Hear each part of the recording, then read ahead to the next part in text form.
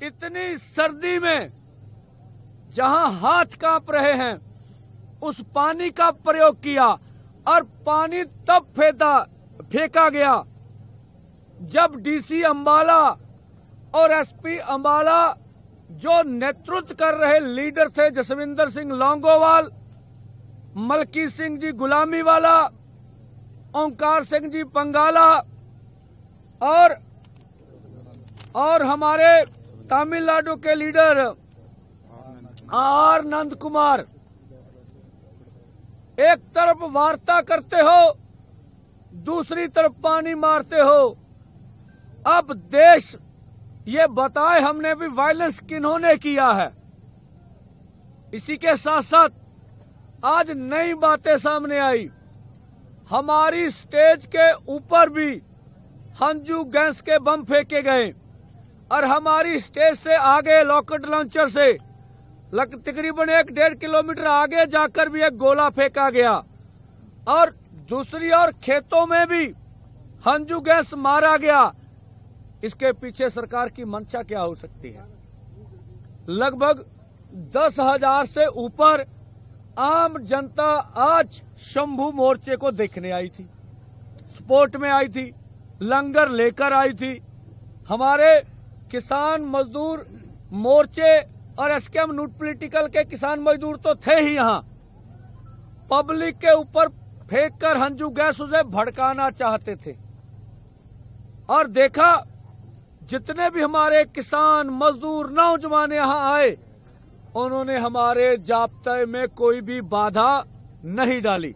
कितना डिसिप्लिन से 101 का जत्था, एक भी आदमी उसमें से अधिक नहीं गया है। जो हमारे पास सूची आई है वो 17 किसान सरकार के इस जबर में, सरकार के इस बल प्रयोग में जख्मी हुए हैं, जिनमें से कुछ किसान ज्यादा जख्मी हैं। मैं किसानों की लिस्ट आपके सामने दे रहा हूं। कुलदीप सिंह जी, ये हरिगढ़ गांव है, बीकेजू आजाद के साथी हैं। सुखदेव सिंह जी भूटान, बीकेजू आजाद के साथी है। शमशेर सिंह जी संगरूर, ये भी बीकेजू आजाद के साथी हैं। मुख्तियार सिंह जी खुराना, ये भी बीकेजू आजाद के साथी हैं। दर्शन खोखर लहरा, ये भी बीकेजू आजाद के साथी हैं।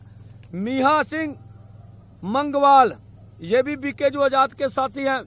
जगीर सिंह फौजी, जो बीकेजू बहराम के साथी, ये भी गंभीर जख्मी हैं।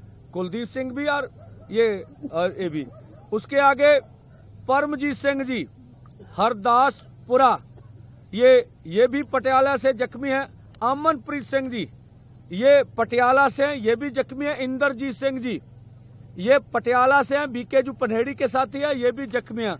राजकुमार टांडा हरियाणा से, बोलते अकेले किसानों के जत्थे हैं, हरियाणा से हमारे साथी ये जख्मी हुए हैं। सुखविंदर सिंह जी, ये गुरदासपुर से हैं, किसान मजदूर संघर्ष कमेटी के साथी हैं, इनका डेहरीवाल गांव है, ये जख्मी हुए। हजारा सिंह, ये पटियाला से बीकेजू पनहेड़ी के साथी हैं। साधु सिंह जी, ये भी बीकेजू आजाद के साथी हैं, ये संगरूर से हैं, ये भी जख्मी हैं। सुखवंत सिंह गुरदासपुर, ये किसान मजदूर संघर्ष कमेटी के साथी हैं। और आज आर अनंत कुमार जो कोयम्बटूर तमिलनाडु से आए थे, वो इस जत्थे की अगुवाई करते हुए तिरंगा हाथ में लेकर आगे जत्थे में गए थे, आपने देखा है। और इसमें हरियाणा के मनजीत सिंह, मुख्तार सिंह, ये भी जत्थे में शामिल थे। तो अन्य राज्यों के किसान भी आज के जत्थे में शामिल थे। आज भी हमें जवाब नहीं मिलेगा जो हम जवाब केंद्र से मांगते हैं। 100 आदमी का जत्था देश के अमन कानून के लिए किस तरह से खतरा है, इसका जवाब चाहिए। आप संविधान के ऊपर चर्चा कर रहे हो, कौन सा देश का संविधान किसानों के ऊपर इस तरह से बल प्रयोग करने का इजाजत देता है? आप संविधान के ऊपर चर्चा कर रहे हो, 1 साल से नेशनल हाईवे के ऊपर इस तरह से दीवारें बनाने का कौन सा संविधान आपको अलाउ करता है, ये भी बताओ। और उन सड़कों के ऊपर आप किलो की फसल उगाते हो, और ये कौन सा संविधान इसकी इजाजत देता, कम से कम हमें तो बताओ। लेकिन सत्ता पक्ष हो या विपक्ष हो, मिलकर गेम खेल रहा है। और देश की पार्लियामेंट में हमारे किसान मजदूर के मुद्दे पर बिल्कुल भी चर्चा नहीं हो रही है और ये दुखद है देश के लिए। और हम देख रहे हैं, आज हमने देखा 140 करोड़ भारतीयों ने शंभू बॉर्डर और टिकरी बॉर्डर की आवाज लगाई है। पूरे देश भर में, खनौरी बॉर्डर, पूरे देश भर में हमारी बात, हम बेशक बैरिकेड से आगे ना जा पा रहे हो, हमारी आवाज पूरे देश भर में जा रही। हर माँ, हर बहन, हर बेटी के पास हमारी आवाज जा रही है। लेकिन दुख की बात है, हमारे प्रधानमंत्री के कान कारपोरेट ने बंद करके रखे हैं। प्रधानमंत्री के कानों में हमारी आवाज नहीं जा रही है। जगजीत सिंह जी डल्लेवाल जो अमर अनशन पर बैठे हैं, उनके लिए देश चिंतित है, लेकिन देश के प्रधानमंत्री को कोई चिंता नहीं है। देश की सरकार को सत्ता का नशा है, वो नशे में चूर है और देश के किसान मजदूर से बात नहीं करना चाहती। इसी के साथ साथ आने वाले समय में जो दोनों फोरमों ने निर्णय लिया है, एक तो 16 को ट्रैक्टर मार्च होगा, पंजाब को छोड़कर भारत के अन्य राज्यों में होगा, और दूसरा 18 तारीख को 12 बजे से लेके 3 बजे तक, 18 दिसंबर को 12 बजे से लेके 3 बजे तक पंजाब में केवल पूरी तरह रेलें जाम की जाएंगी। और हम पंजाब के पूरे किसान, मजदूर, नौजवान, व्यापारी, रेडी फड़ी वाले, विद्यार्थी, मुलाजम, सभी तबकों को अपील करते हैं, अगर ये मोदी जी का प्रहार रोकना है, अगर जगजीत सिंह डल्लेवाल का जो अमर अनशन है वो मांगे पूरी करे, जीत में मोर्चे को बदलना है, उठिए। 3 करोड़ पंजाबियों, आपको ये चैलेंज है, कोई भी पंजाब का कोना नहीं छूटना चाहिए जहां रेले जाम नहीं होनी चाहिए। एक बात का ध्यान रखिएगा, जहां प्लेटफार्म हो, जहां रेल का फाटक हो, वहां पर रेल जाम करने के लिए आप जाइए, अन्यथा जगह पे जाएंगे तो एक्सीडेंट हो सकता है। रेल स्टेशन के ऊपर और रेल फाटक के ऊपर जो है ये रेलें जाम होगी। और हम लोग कल भी आपको अपील करेंगे 11 बजे पीसी करके, जो भी गंभीर जख्मी हैं, कुछ हमने और भी आपसे बात करनी है, तो कल 11 बजे शंभू पर ही पीसी होगी। फिर हम खनौरी भी जाना चाहेंगे वहां की परिस्थितियों का जायजा लेने के लिए।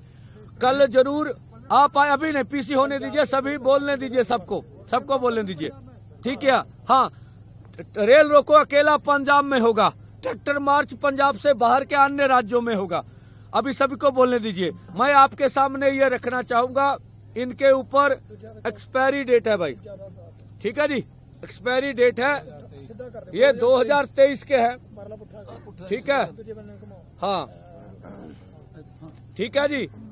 ये किसानों के ऊपर मारे गए हैं जी, लो जी, ये 1 साल से ऊपर एक्सपायरी है। ये क्यों करते हैं? कल को अगर कोई कमीशन बैठ के इसकी जांच करेगा तो ये सरकार के रिकॉर्ड में पाए नहीं जाएंगे। मोदी जी के हथकंडे हम बहुत अच्छी तरह जानते हैं, ये रिकॉर्ड में होंगे नहीं, ठीक है। रिकॉर्ड चेक करेगा ना कोई कमीशन, फिर किसानों के ऊपर बल प्रयोग करने के लिए क्या किया गया। तो ये देखिए, अनलीगल तौर पर जो संविधान दिवस है, अब संविधान को सिक्के पर टांग कर क्या किया जा रहा है, या ये देखिए, ये जो कल आपको दिखाया था, पिन निकालकर जो बम फोड़े जाते हैं किसानों के ऊपर, ये सब उन्हीं की तस्वीरें हैं।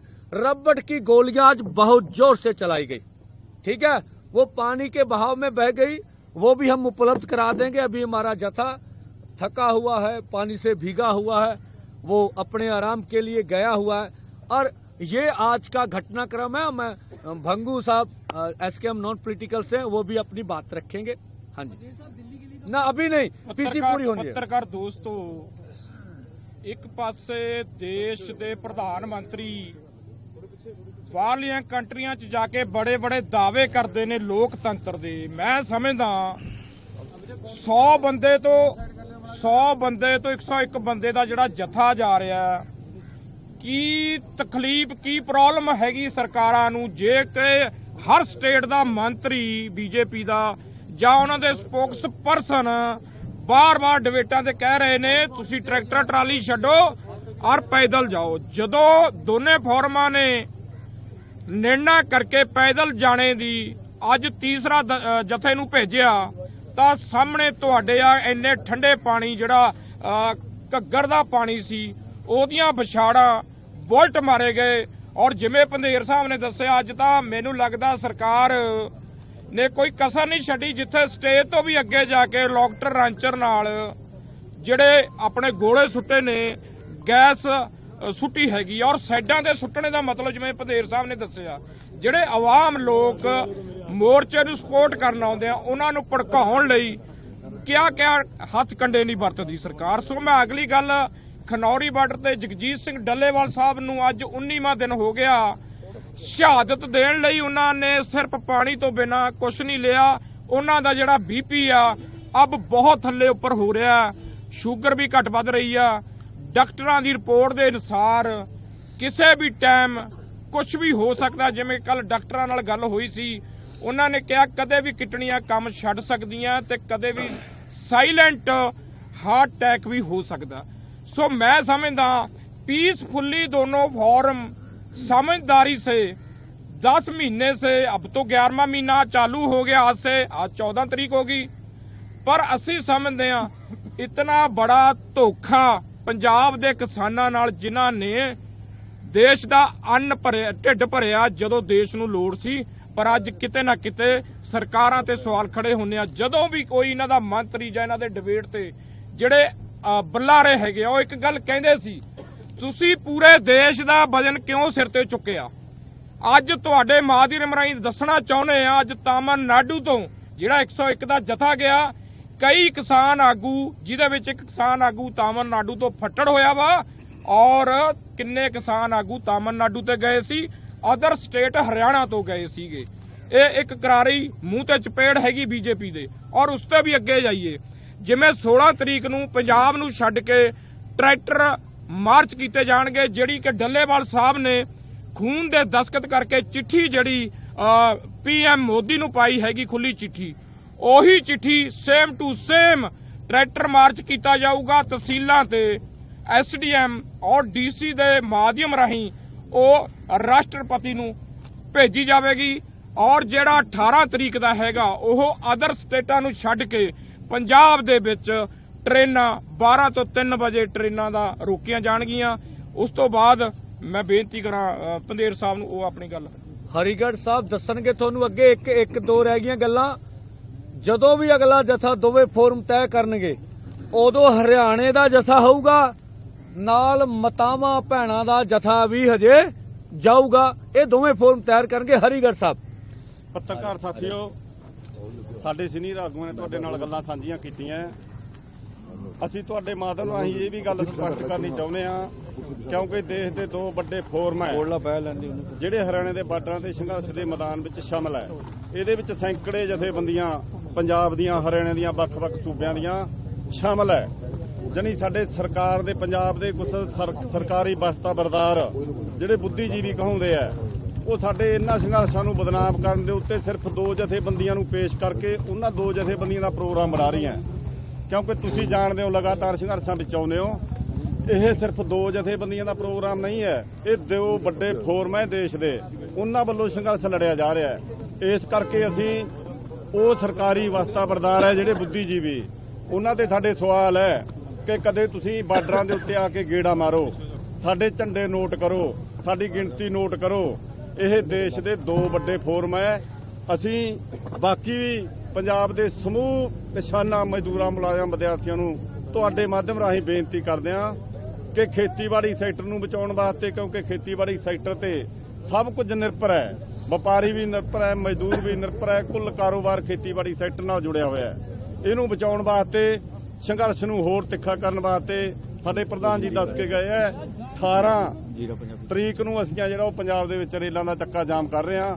ਸਮੂਹ ਲੋਕਾਂ ਤੋਂ ਉਹਦੇ ਵਿੱਚ ਸ਼ਾਮਲ ਹੋਣ ਦੀ ਅਸੀਂ ਬੇਨਤੀ ਕਰਦੇ ਹਾਂ ਤੁਹਾਡੇ ਮਾਧਿਅਮ ਰਾਹੀਂ। ਸੱਚਮੁੱਚ ਜਿਹੜੇ ਸੰਘਰਸ਼ ਕਰਨਾ ਚਾਹੁੰਦੇ ਆ, ਜਿਹੜੇ ਸੱਚੇ ਦਿਲੋਂ ਖੇਤੀ ਨੂੰ ਬਚਾਉਣ ਦੀ ਲੜਾਈ ਲੜਨਾ ਚਾਹੁੰਦੇ ਆ, ਉਹਨਾਂ ਤੋਂ ਅਸੀਂ ਆਸ ਕਰਦੇ ਹਾਂ ਸਾਡੇ ਭਰਾਵਾਂ ਤੋਂ ਵੀ ਉਹ ਪੁਰਜ਼ੋਰ ਨਾਲ ਇਹਨਾਂ ਸੰਘਰਸ਼ਾਂ ਵਿੱਚ ਸ਼ਮੂਲੀਅਤ ਕਰਨ। ਹਾਂ